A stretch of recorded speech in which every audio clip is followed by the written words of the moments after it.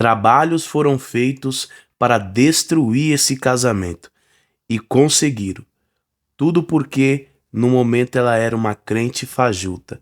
Veja comigo esse testemunho, irmãos. Uma obra de feitiçaria muito grande, pagaram muito caro para destruir meu casamento.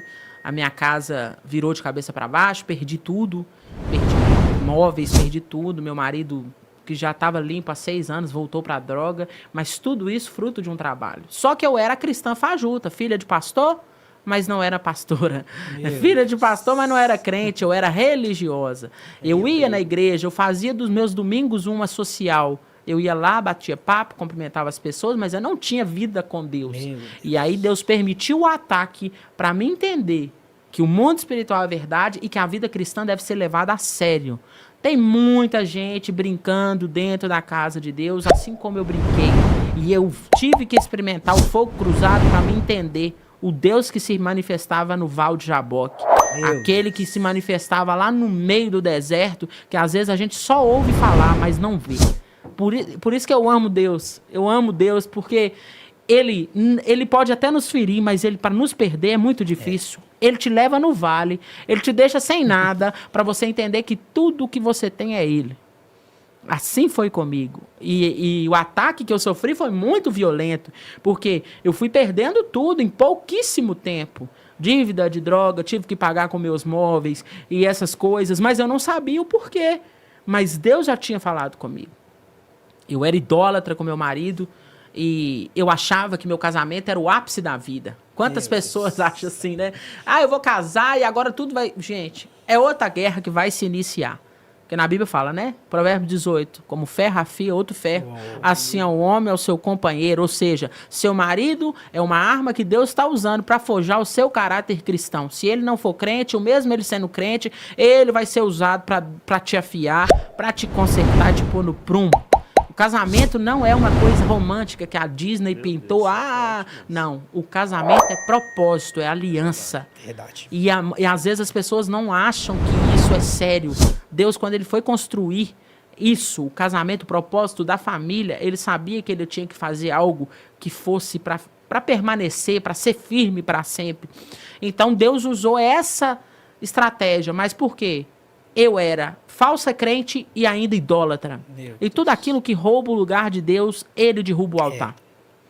Não adianta. Deus tinha um propósito na minha vida, eu estava fugindo do meu chamado, eu era uma Jonas que andava pelo meu meio, pela minha forma, achava que ser crente era só bater o cartão no domingo, e nunca foi. Meu pai sempre veio dessa linha, Ministério de Libertação, desde muito novo, foi muito usado por Deus.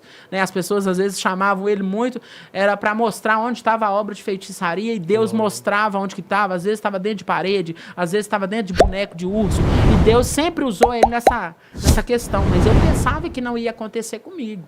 Só que não é só o Ministério de Libertação em si.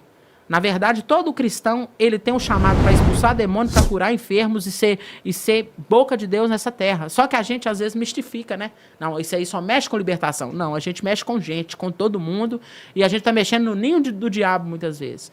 E comigo foi assim. Né? E após eu enfrentar esse ataque do inimigo muito violento, eu perdi tudo, nós separamos, né? Tive que voltar a morar com os meus pais, ele voltou com os deles, estava dependente na droga, até que o Senhor usou uma profeta para falar comigo, olha, se você não derrubar o altar que você levantou, eu vou derrubar. Deus. E eu pensava, que altar, Senhor?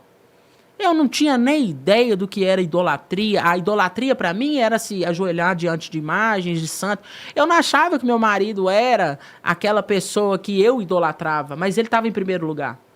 Porque sem ele, eu vivia uma dependência emocional muito grande. Eu achava que se ele fizesse algo contra mim, eu morreria, eu não aguentaria. Então isso era uma dependência que é mascarada pelo pecado de idolatria.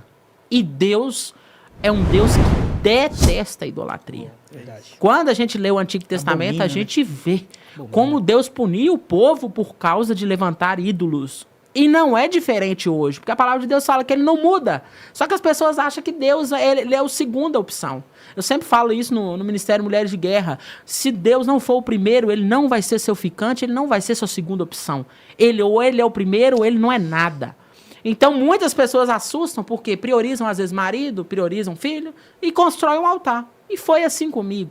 Construí um altar, achava que agora estava tudo bem, ia na igreja, era seminarista, mas não tinha vida com Deus. E aí que Deus falou assim, agora eu tenho que pegar ela e levar para a olaria.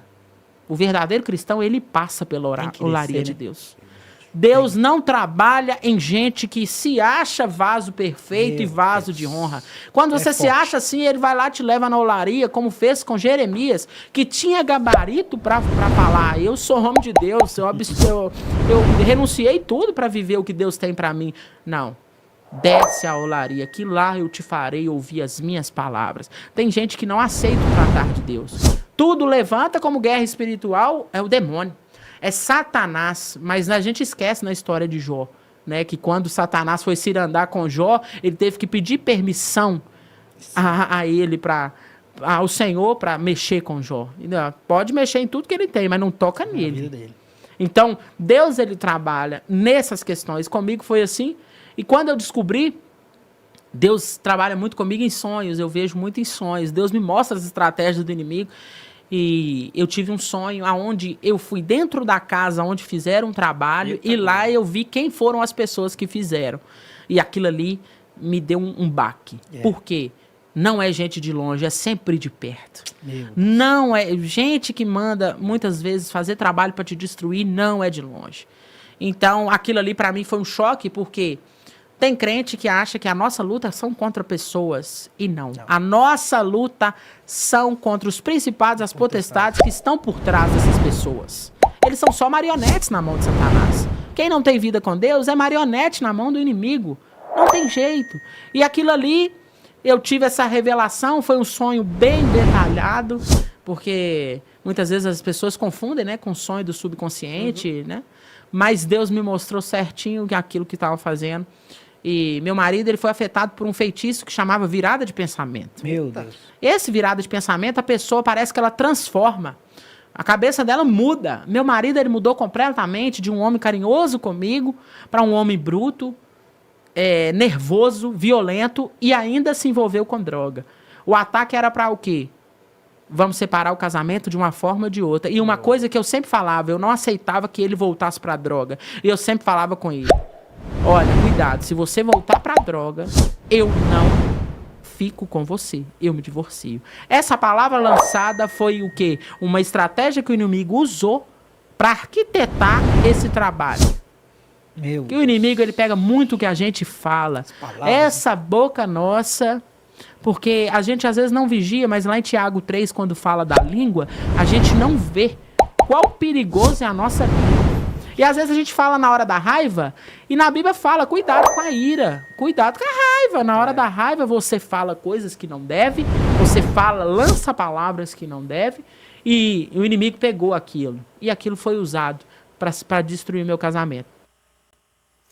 E esse foi mais um testemunho tremendo, irmãos.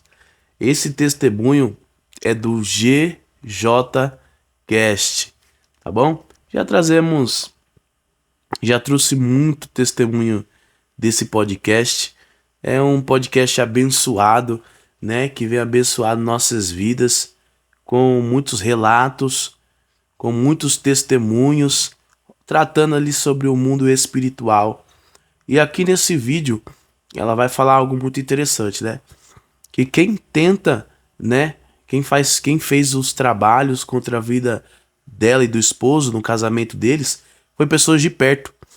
E realmente é assim, irmãos. Nunca é pessoas de longe. É sempre pessoas que você deixa entrar dentro da sua casa. Pessoas que você chama de amigo. Pessoas que você abraça. Pessoas que diz que te ama. Pessoas que diz que está contigo. E, infelizmente, são essas pessoas que às vezes está tramando contra a sua vida. Mas algo muito interessante também o que ela diz é que ela era o quê? Uma crente fajuta. Estava dentro da igreja, mas era a mesma coisa que não está, né? Só estava ali por estar, mas não estava ali por causa do Senhor, não estava ali para buscar a Deus, né? Não servia ao nosso Deus verdadeiramente, servia somente de aparência. E o que adianta, irmãos? A gente servir a Deus somente de aparência. O que adianta você dizer e bater no peito, eu sou crente, eu sirvo a Deus, mas dentro do seu lar, mas quando você está sozinho, você não é. Então aqui, irmãos, que essa palavra venha bater no seu coração, né? Para que nós venha se posicionar diante da presença de Deus.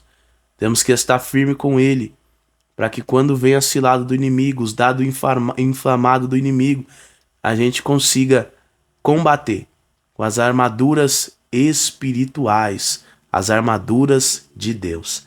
Amém, irmãos? Quero agradecer você que ficou comigo aqui até o final.